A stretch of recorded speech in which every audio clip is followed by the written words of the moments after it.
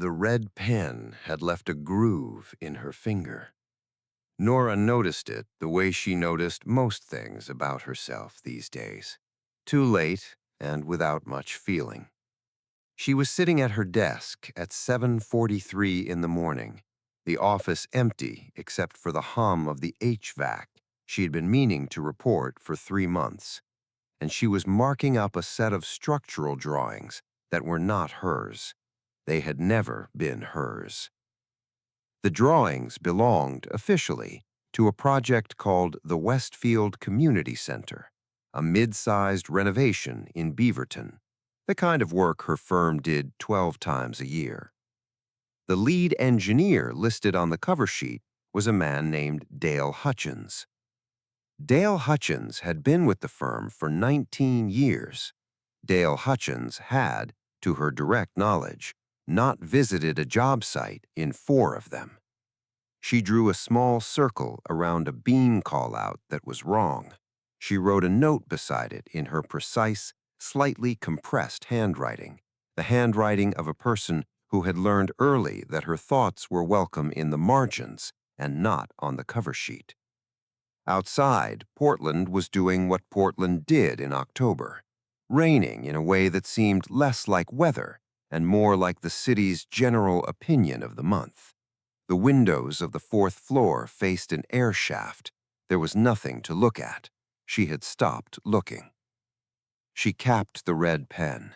She looked at her own hands for a moment, the groove on her right index finger, the small ink stain on the side of her palm that she must have put there sometime last week without noticing.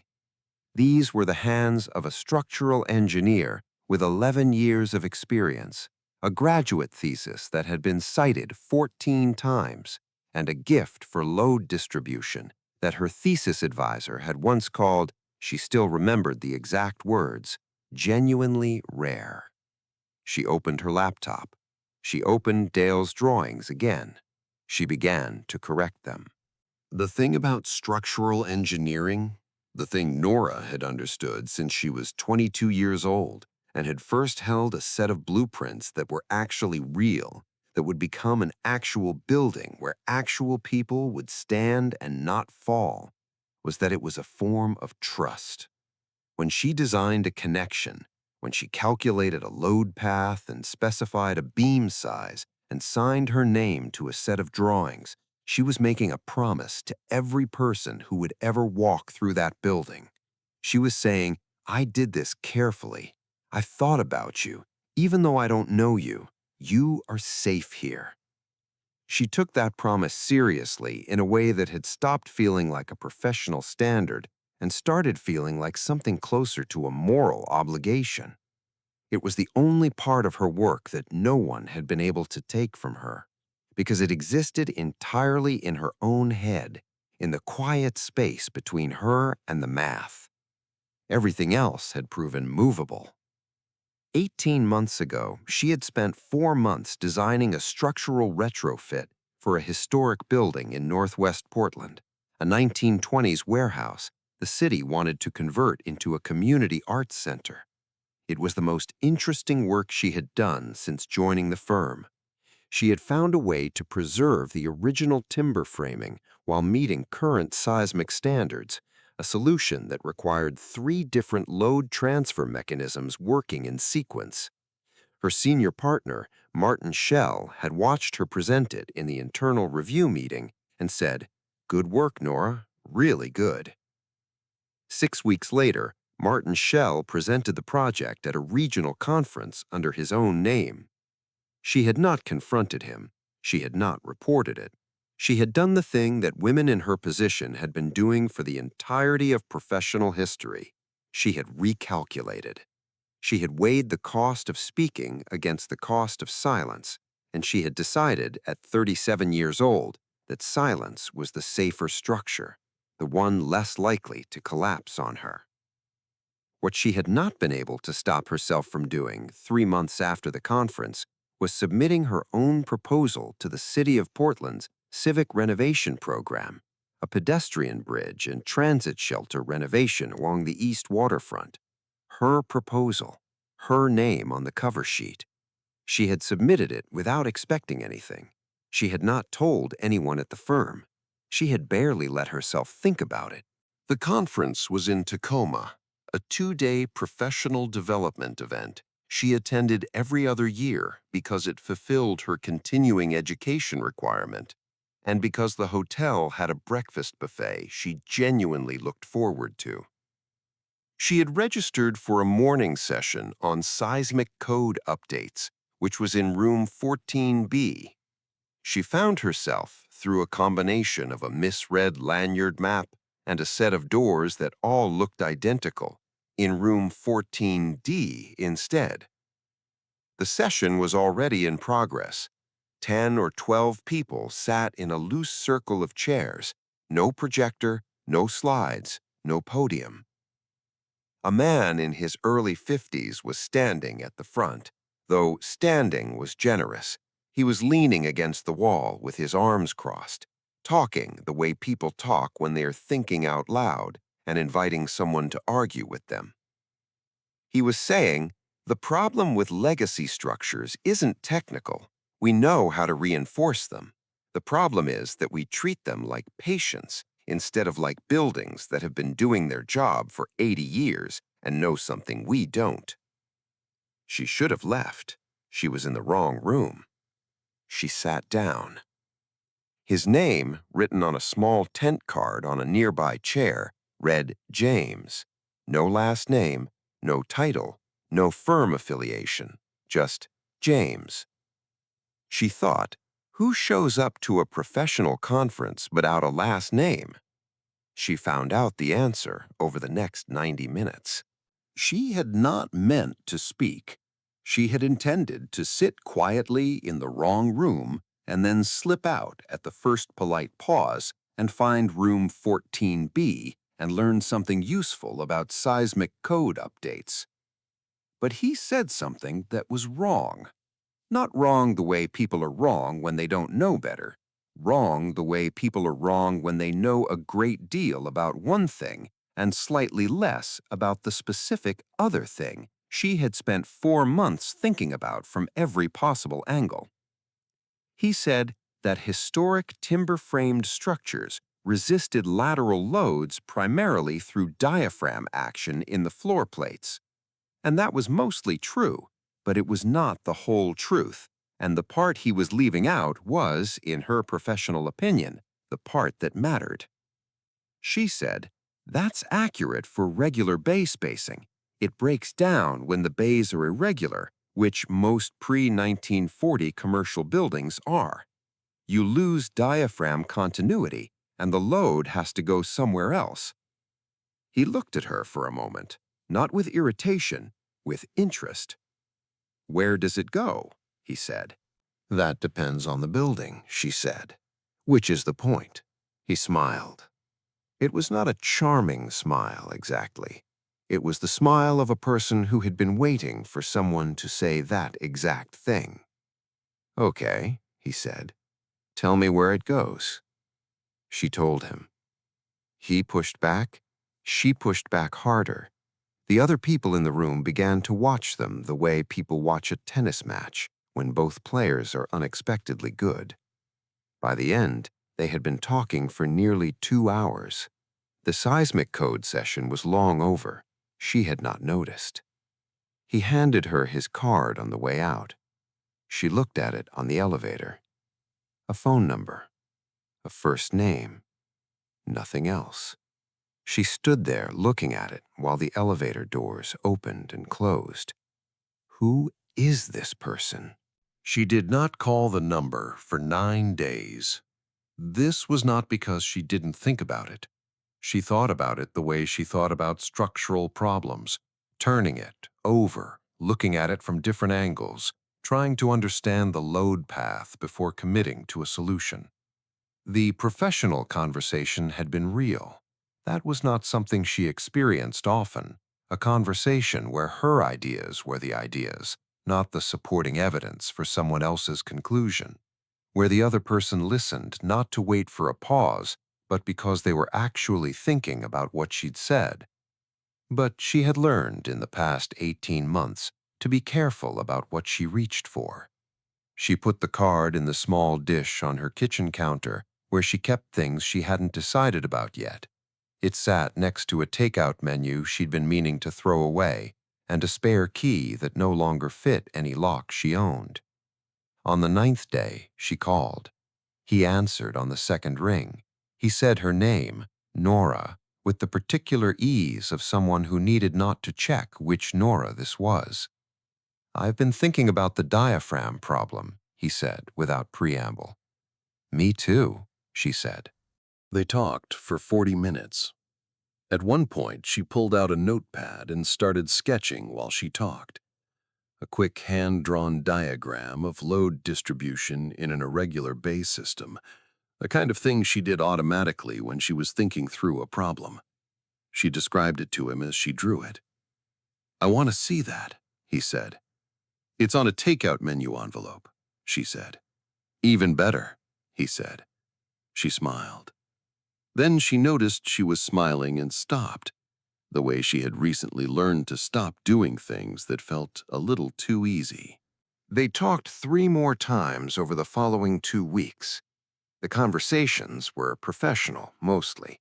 They ranged across load transfer and adaptive reuse and the specific engineering challenges of buildings that had been built to last and then asked to change. But they kept arriving at the edges of other things. Why she'd become an engineer. Why he'd stayed in civic work when commercial projects paid better. What it meant to care about a building that most people would walk past without looking up. In the third conversation, she told him about the warehouse project. She did not tell him about Martin's shell.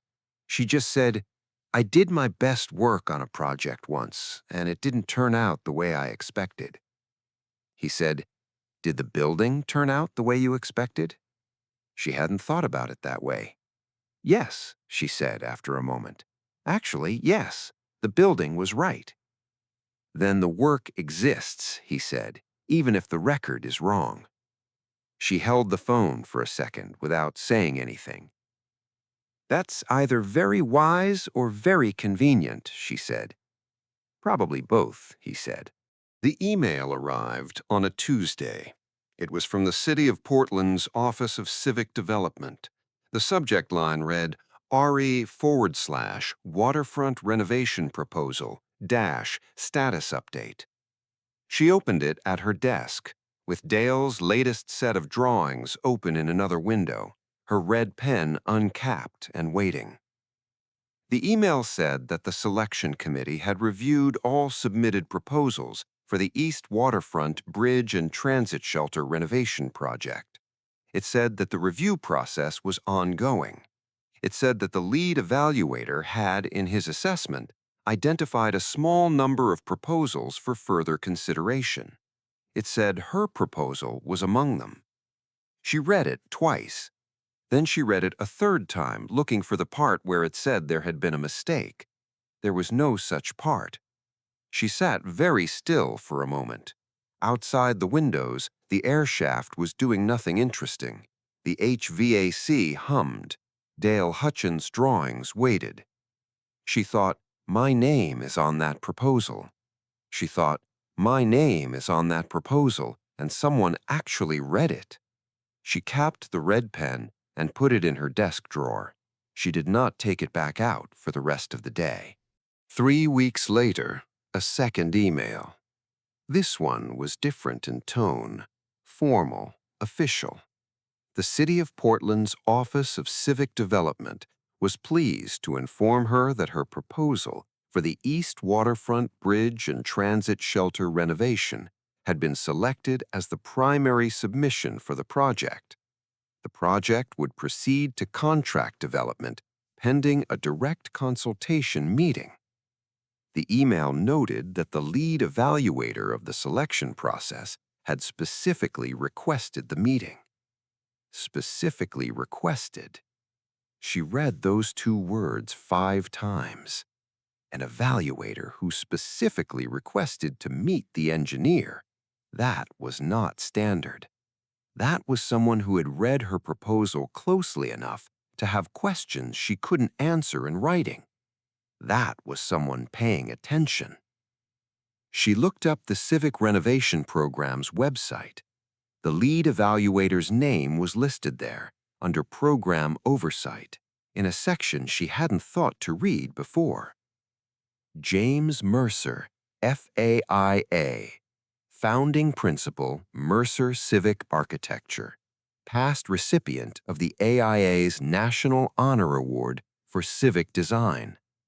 She sat very still. She knew that name. Every structural engineer working in civic construction in the Pacific Northwest knew that name. She went back to the website.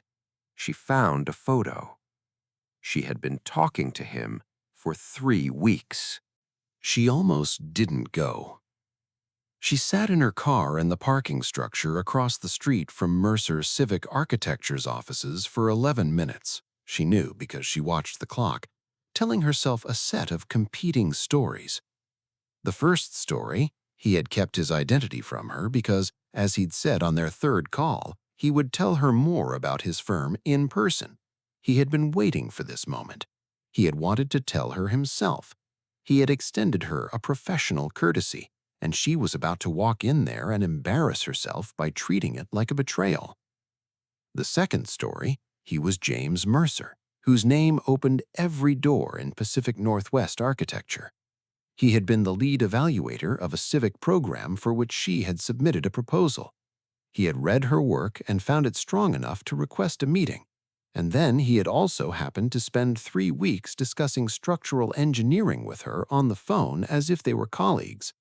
And she had told him things, not many things, but real things, the kind of things she kept close. And the whole time he had known exactly who she was, while she was still figuring out who he was. She thought about the conversation where she'd said her best work hadn't turned out the way she expected. She thought about the kindness in his answer. Then the work exists.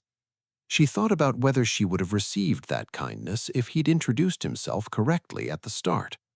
She thought, I don't know. She thought, I still have to go in. She got out of the car.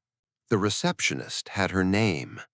She was shown down a corridor lined with framed construction photos, buildings mid-process, steel frames against sky, concrete pours in progress, the particular beauty of structures before they are finished. She noticed in passing that they were all civic buildings, parks, libraries, transit stations, a pedestrian bridge over a river. The office she was shown to was large but not grand. A drafting table along one wall, a desk, bookshelves with books that had actually been read. On the drafting table, a set of drawings. On the desk, a stack of folders. On top of the stack, she could see the corner of what appeared to be a document printed on the city's letterhead. She stopped in the doorway. James Mercer was standing behind his desk. He was not what she expected, which was irrational because she already knew what he looked like, but there was a difference between the photograph on the website and the man standing in his own office, and the difference was this. He looked, when he saw her, like someone who had been waiting to see how this moment would go and was now finding out. He stood up slowly. There was a long moment. Neither of them moved. The room held the particular quality of a structure at the exact instant before the load is applied. Everything in place, nothing yet in motion, the outcome still entirely open. Then he said, "You didn't tell me either." She said, "Tell you what?" He reached to his desk. He picked up the document from the top of the stack, her proposal, bound and printed, the city's reference number in the header, and he held it up, not like evidence, like something he was returning to its owner. "That you were the best person in that room," he said. She didn't say anything for a moment. Then she said, "You kept the diagram." He turned slightly. On the corner of his drafting table, Held down by a steel rule was a folded piece of paper, the kind that comes with a takeout order. She could see from where she stood the edge of her own handwriting. "Of course I kept it," he said.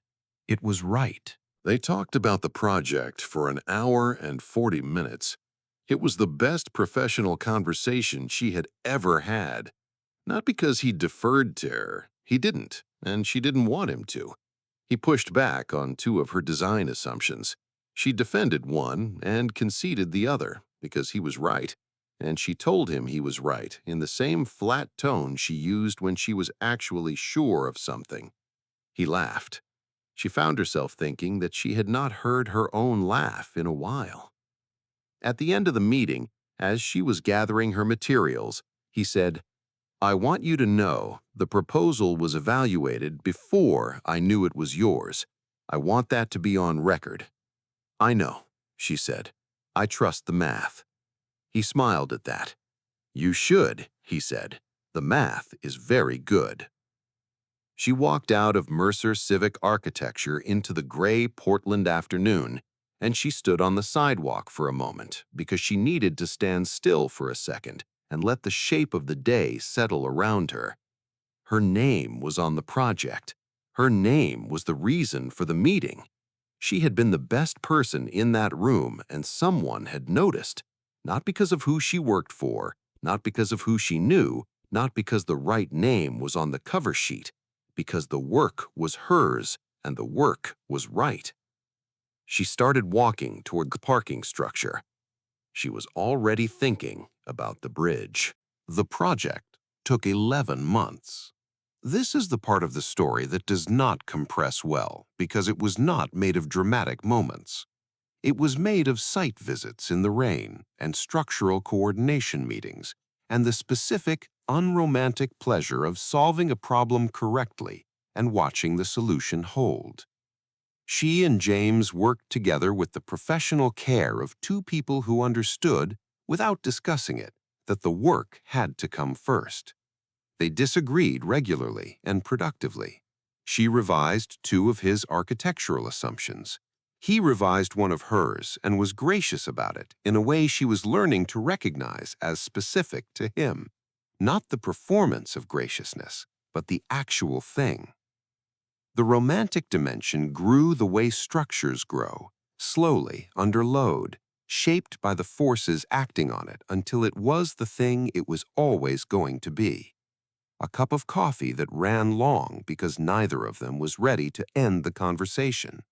The specific way he listened when she was working through a problem, not waiting, not fixing, just present. The afternoon she arrived at the project site and found that he had walked the pedestrian deck himself in the rain and left a sketch on her site table with a note. "The light on the water is right. You were right about the railing height." Just that.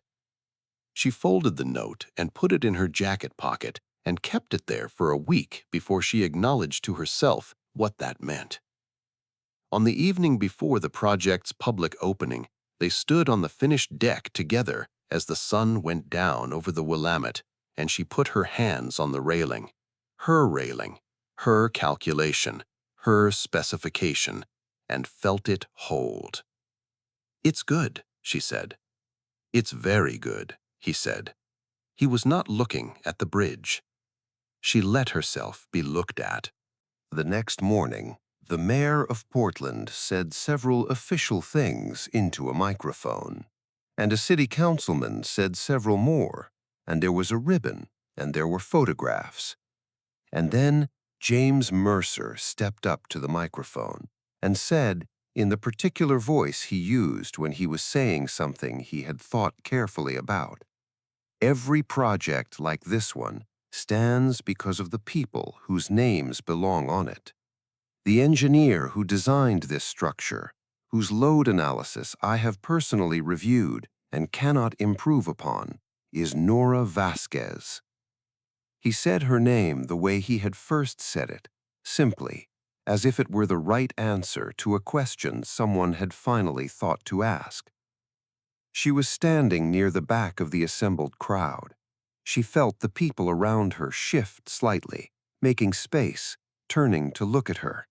She felt the sun on her face and the river smell of the Willamette, and the particular solidity of ground beneath her feet that she only felt when she was standing near something she had built. She was not pretending to be fine. She was fine. She looked at her hands. No red pen, nothing to correct. Just her own hands, in the morning light, having done the thing they were built to do. There is something most of us learn the hard way, that being seen and being loved are not the same thing, and that the people who taught us that were wrong. For the right person, they are the same gesture. If Nora's story reminded you of a time when your best work finally had your name on it, or a time when you're still waiting for that, we'd love to know. What is the work you've done that the world hasn't seen yet? Tell us in the comments. We read every one.